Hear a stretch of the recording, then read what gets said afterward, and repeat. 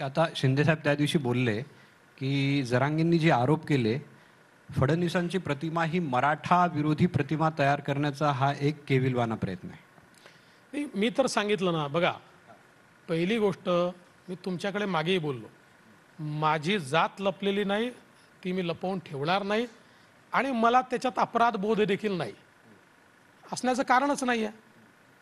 महाराष्ट्राने माझी जात मागे टाकली आहे, महाराष्ट्राने मला स्वीकारलेलं आहे, महाराष्ट्रातल्या प्रत्येक समाजाने मला स्वीकारलेलं आहे. मला कोणाच्या सर्टिफिकेटची आवश्यकता नाही आहे, महाराष्ट्राने स्वीकारलेलं आहे. कोण मला सर्टिफिकेट देऊ शकतं? कोणाला अधिकार आहे सर्टिफिकेट द्यायचा? आणि कोणी अधिकार दिला मला सर्टिफिकेट काय दिलं पाहिजे? त्यामुळे शिंदेसाहेब म्हणाले ते अतिशय योग्य आहे. महाराष्ट्राने मला स्वीकारलं आहे आणि म्हणून मी महाराष्ट्रातल्या प्रत्येक समाजाकरता लढतोय, लढणार आहे, मेहनत करणार आहे. एखाद्या व्यक्तीने मला शिव्या दिल्या म्हणून मी थांबणार थोडी आहे, मला कोणी थांबवू शकत नाही.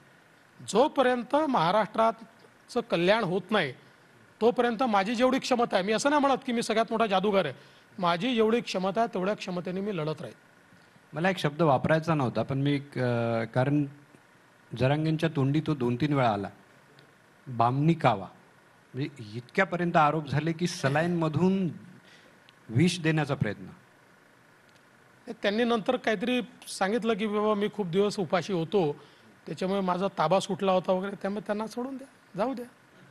आणि मी तुम्हाला एक सांगतो, जरांगे तर बिचारे नवीन आहेत.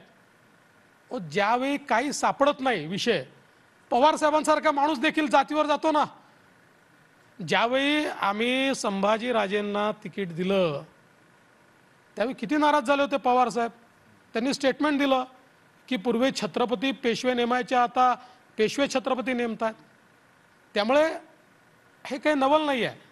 एखाद्या व्यक्तीच्या विरुद्ध, आणि माझ्या विरुद्ध तर नेहमीच मी बघितलं आहे, जेव्हा कुठलाही विषय मिळत नाही त्यांना माझ्यावर भ्रष्टाचाराचे आरोप लावता येत नाही, त्यांना माझ्यावर इनएफिशियन्सीचे आरोप लावता येत नाही, त्यांच्यावर माझ्यावर राजकीय आरोप लावता येत नाही, त्यावेळेस जातीचे आरोप लावण्याचा प्रयत्न करतात.